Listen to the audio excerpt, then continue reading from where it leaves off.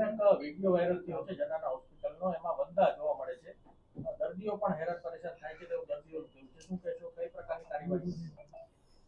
વંદાની મને જાણકારી પણ હતી અને લાસ્ટ વીક અમે ઇન્સેક્ટિસાઇડ સ્પ્રે કરી અને કંટ્રોલમાં પણ લાવેલા, છતાંય આ વીકમાં પાછો ઉપદ્રવ વધી ગયો છે, એટલે આજે પણ સ્પ્રે કરાવી દીધું છે અને સિંગલ ટાઈમ એક એજન્સીને અમે કોન્ટ્રાક્ટ આપી દીધો છે જે ટૂંક સમયમાં આ માટે વર્ક ચાલુ કરશે.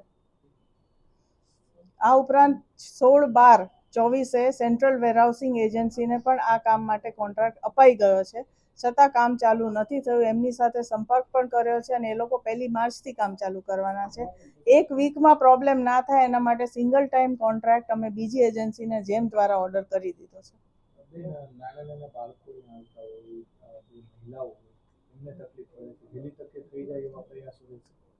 આજે તો સ્પ્રે ફરી કરાવી જ દઈએ છે અને આ એજન્સીને અમે અત્યારે જ કોન્ટ્રાક્ટ આપી દીધો છે અને એને ફોન કરી અને વહેલામાં વહેલું કામ ચાલુ કરાવી દઈશું.